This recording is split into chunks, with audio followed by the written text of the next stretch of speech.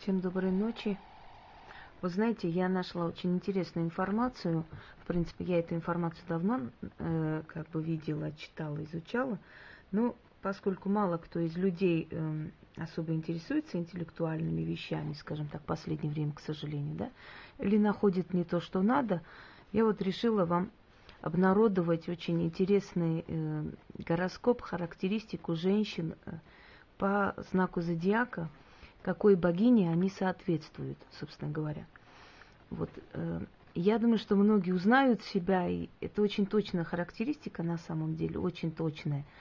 И просто будет интересно вам понять, может быть, это вам поможет понять некоторые ваши проблемы в жизни, почему происходит так, а не иначе, и почему такое у вас предназначение, скажем, да. Есть люди, вот не меняется у них характер, и судьба не меняется.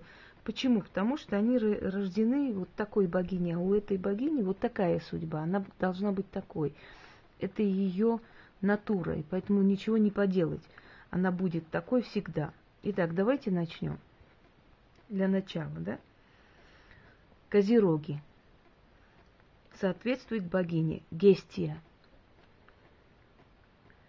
Гестия – первая олимпийская богиня, вечно юная, покровительница семейного очага и жертвенного огня. Между прочим, за Гестией сам Аполлон ухлёстывал, но получил отворот-поворот. Потому что обет целомудрия – это вам не шуточки. Дала – держи. Вот и козероги такие же. Вся эта наша любовная чепуха – дело хорошее, конечно. А важным кто думать будет? Пушкин? Нет. Козерог будет думать. Как Гестия, которая передала Прометею огонь для несчастных смертных, козероги сперва позаботятся о других, а потом уже о себе. Ну так это выглядит со стороны. На самом деле козерогам не надо заботиться о себе, потому что у них все в порядке. В смысле, они и так делают, просто мы не замечаем. И вот еще, римляне называли Гестию Вестой. Жрицы богини Весты должны были хранить девственность. Не вечно, а лишь до конца срока службы. Но за это получали солидные плюшки, освобождались от власти отца, имели право распоряжаться своим имуществом, миловать преступников и казнить неугодных. Козероги согласились бы, не раздумывая. Вот это Гестия. Козероги. Вот я думаю, что описание козерогов, женщин, да, в принципе, четкое и точное. Многие узнали себя. Далее. Водолей. Это я. Вот вы сейчас узнаете мои секреты и тайны. Ника. Богиня победы. Символ счастливого исхода. Ника часто изображалась крылатой или в позе быстро движущейся над землей. Внимание, вопрос. Кто-нибудь когда-нибудь видел водолея, который тихо приунылся в уголке и будет там смирно сидеть? Ха! Даже если барышню водолея туда насильно усадить, она начнет жестикулировать и говорить с такой скоростью, что все будут уверены. Водолей, как обычно, бегает по потолку. Чему удивляться? И это точно. И, кстати, водолеи всегда побеждают. Без вариантов. Так что, если вам срочно нужно выиграть состязание судьбой, молитесь Нике. В смысле, подружитесь с водолеем. Ника щедрая богиня. Ей для вас и для победы ничего не жалко. И у нее для этого все есть. Это про меня. Рыбы. Афродита. Нет никаких сомнений в том, что Афродита родилась под знаком рыб, потому что богиня любви – это раз, потому что богиня красоты – это два, и еще потому, что знала толк в страданиях. Афродита была влюблена в красавчика Адониса, но несчастный Вуй погиб на охоте. Афродита не пережила горя и, разбежавшись, прыгнула с Левкадской скалы прямо в море. Ну а чего бы не спрыгнуть, если ты бессмертная, правда? Если бы рыбы могли, они бы тоже прыгали. Впрочем, рыба и без этого умеет страдать. Так что у окружающих сжимается сердце. И на глаза наворачиваются слезы. Ах, так тонко она чувствует, так красиво страдает. На эту удочку попадаются те, кто устоял перед красотой рыб или перед их загадочностью. Шансов нет ни у кого, в общем. Хорошо, что Афродита добрая богиня. Овен. Афина. Афина – самая, пожалуй, почитаемая богиня. Олицетворяет мудрость, покровительствует науке, ремеслам, искусству, знаниям и изобретательности. Но вообще-то ее основная специализация – это военная стратегия. Афина – единственная богиня, которая использует мужские атрибуты – доспехи, шлем, копье. Спрашивается, зачем грекам понадобилась богиня войны? У них же был Арес, а потому что бог сраженный был вероломен и коварен. Сражение, извиняюсь. И развязывал войны ради самих войн. Афина же покровительствовал только той войне, что затевалась по необходимости. Это Овен, без сомнения. Девушки-овны тоже не прочь насадить неугодных на копье, но только за дело, а не потому, что настроение плохое. Просто так Овен разве что шитом сверху прихлопнет в назидание. Правда, некоторые и этого не выдерживают. Ну и пусть отползают слабаки. Культ богини войны – это не для сопляков, знаете ли. Извиняюсь, что читаю не очень, потому что ночью неудобно мне с экрана перечитывать. Телец. Деметра. Деметра – богиня плодородия и покровительница земледелия. Земледелие – тяжкий труд. Поэтому культ Деметры вкратце можно описать так. Сейчас мы все ударно поработаем, а потом от души угостимся, чем богиня послала. Богиня обычно посылала не только пищу, но и вино, и побольше, побольше. Нет никаких сомнений, что Деметра – это телец. Мало кто умеет также ценить простые радости, типа вкусной еды, хорошего вина и, кстати, честной работы. Впрочем, не надо думать, что Деметра – безобидная покровительница труда и вкусняшек. Однажды Аид похитил ее дочь Персефону. И так и что вы думаете, она сделала? Вытащила паршивца из преисподней, всыпала ему от души, так что бедняга согласился отпускать Персефону к мамочке каждый год, а сам забился обратно в свой ад и больше не отсвечивался.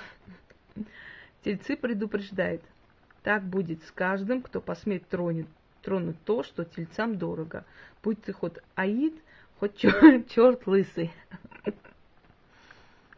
Близнецы. Ирида.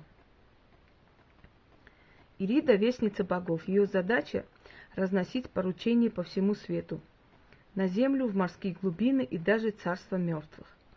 Громовержец однажды послал Ириду в Аид, вручив ей кубок. И что вы думаете? Она таки зачерпнула водички из Стикса и доставила на Олимп.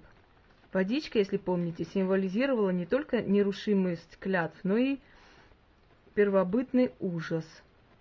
В общем, не рекомендуем мыть в Стиксе руки. А Ириде это нипочем, как близнецам. Близнецы способны на самые невероятные поступки, но только с одним условием. Пусть будет очень-очень интересно. Ну, пожалуйста. Близнецы заядлые путешественницы, тусовщицы, всеобщие приятельницы. А еще близнецам нипочем какие-то надуманные границы. Ирида запросто влетала в покои Зевса, вот и барышни-близнецы познакомились с президентом страны, если ей такое придет на ум. Потому что легкость и обаяние – ключи от всех дверей. И у близнецов они есть. Рак. Гея. Гея – богиня земли, мать всего, что живет и растет на ней, а также мать неба, моря, титанов и гигантов. Всеобщая мать, короче говоря. Прямо как рак. Раку только дай кого-нибудь родить и воспитать, и все, больше ничего не надо. Отстаньте от рака со всякими глупостями, не видите, человек делом занят, а не то, что вашей ерундой. Правда, гею иногда называют хтонеей, а прилагательное означает хтоническое, олицетворяет собой дикую природную мощь земли и подземные царства, тоже, кстати. И это про раков, без сомнения. Раки – это лунные матери, которые, если что, обидчика своих деточек закопают в самую хтонь. И, кстати, деточка – это не обязательно ребенок. Все, кого раки любят, это их деточки. Такая у них натура. Лев. Гера. Гера – покровительница брака, охраняющая мать во время родов, но об этом никто не помнит. Зато все помнят, что Гера – жена самого Зевса, первая леди Олимпа. На самом деле третья, потому что до нее у Зевса уже было две жены. Но хоть кто-нибудь о них знает? Нет, конечно. Гера, чье имя переводится как «госпожа», рядом с собой не терпела никогда соперниц. Натуральная львица. Или она будет первой и единственной, или лучше поищет себе какой-нибудь другой Олимп. Такого, впрочем, никогда еще не случалось, потому что кто же в здравом уме станет соперничать с львицей? Некоторые пробовали соперничать с Герой, и знаете, чем дело кончилось? Правильно, в общем, все умерли. Дева. Фемида. Фемида – та самая супруга Зевса, о которой никто не помнит.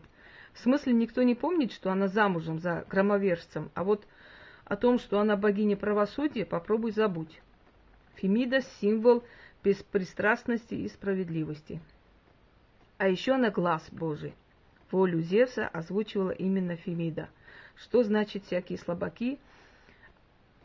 А чтобы, значит, всякие слабаки не глохли от громового голоса верховного бога. Смекаете? Если дева что-то говорит, ее устами глаголит истина. Если дева говорит что-то, что вам не нравится, вам придется это слушать, потому что дева не ошибается, ей ваша личность не интересна. Дева оценивает факты. Весы. Персефона. К Персефоне, как известно, сватались самые завидные женихи Олимпа – Арес и Аполлон.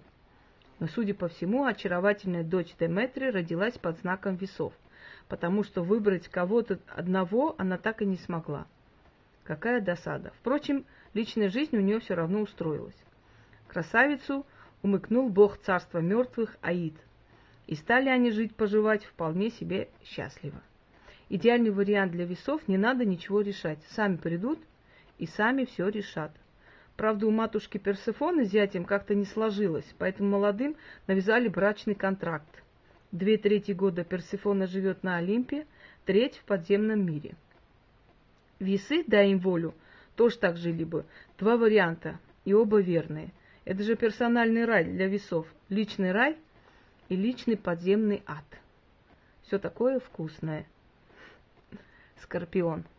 Геката. Геката дарует мудрость в народных собраниях, счастье на войне и богатую добычу на охоте. Все это она делает только для отвода глаз. Разумеется, потому что вообще-то она богиня преисподней. Геката обучает смертных колдовству, повелевает ведьмами и ядовитыми растениями, а также тусуется с мертвыми душами на перекрестках. В общем, чтобы вы понимали, Геката – это та самая богиня, которую боятся даже те, кто называл Аида земляным червяком. Узнали барышню Скорпиона? О да, это она.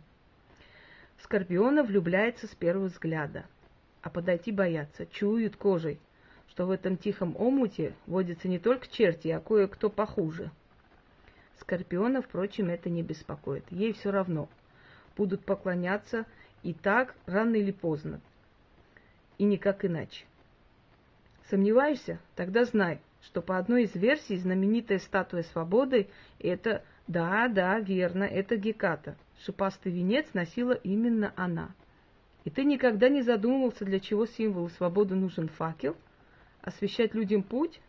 Ну да, верно, путь во тьму, которой Геката повелевает. Стрелец. Артемида. Артемида – богиня охоты и покровительница всего живого. А еще она страж женского целомудрия, помощница, рожениц. Ну как? Как может покровительствовать абсолютно противоположными понятиями? А очень просто. Посмотрите на стрельцов. Стрельцы настолько цельные натуры, что понятны как бы когнитивного и диссонанса им, в принципе, чуждо. Стрельцы способны принять и понять любую идею, любое верование, любую точку зрения. Это, кстати, не означает, что девушка-стрелец готова на все и на все. У нее на любой вопрос просто существует один универсальный ответ. Главное ввязаться в заварушку, а там по ходу дела разберемся. Ведь разбирается же она, что удивительно. Более того, противоборствующие стороны считают, что стрелец целиком и полностью их поддерживает. На том и примиряется в итоге. А стрелец отправляется притягивать друг к другу какие-нибудь другие противоположности. В этом вся натура стрельца. Вот, собственно говоря, интересные факты. Я думаю, что некоторые из вас, впрочем, наверное, все, кого я перечислила, а перечислила я всех, потому что у каждого из нас есть знак зодиака, себя узнали.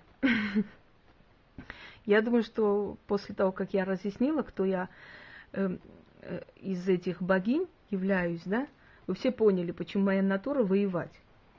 Поскольку я богиня победы, мне срочно нужны сражения, где я должна начинать свое сражение и заканчивать победой.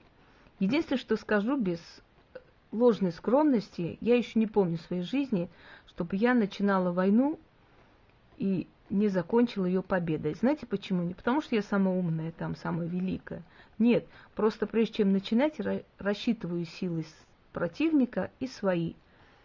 Рассчитываю настолько четко, поскольку я стратег, и только тогда я готова к войне, чтобы у меня получилась точная, четкая, прописанная по всем правилам война.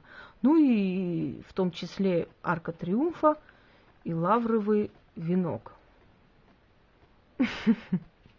Вот это моя натура. Остальное это натура тех женщин, которых перечислила. Среди многих из них узнала своих подруг, знакомых. Вот истинные богини. Что я могу сказать? Мы все богини. И у каждого из нас каждый из нас свое предназначение. В общем, послушайте, и сразу станет ясно, почему ваша судьба такая, а не другая. Потому что вы следуете за своей богиней, под покровительством которой вы и родились. Вот так-то. Удачи!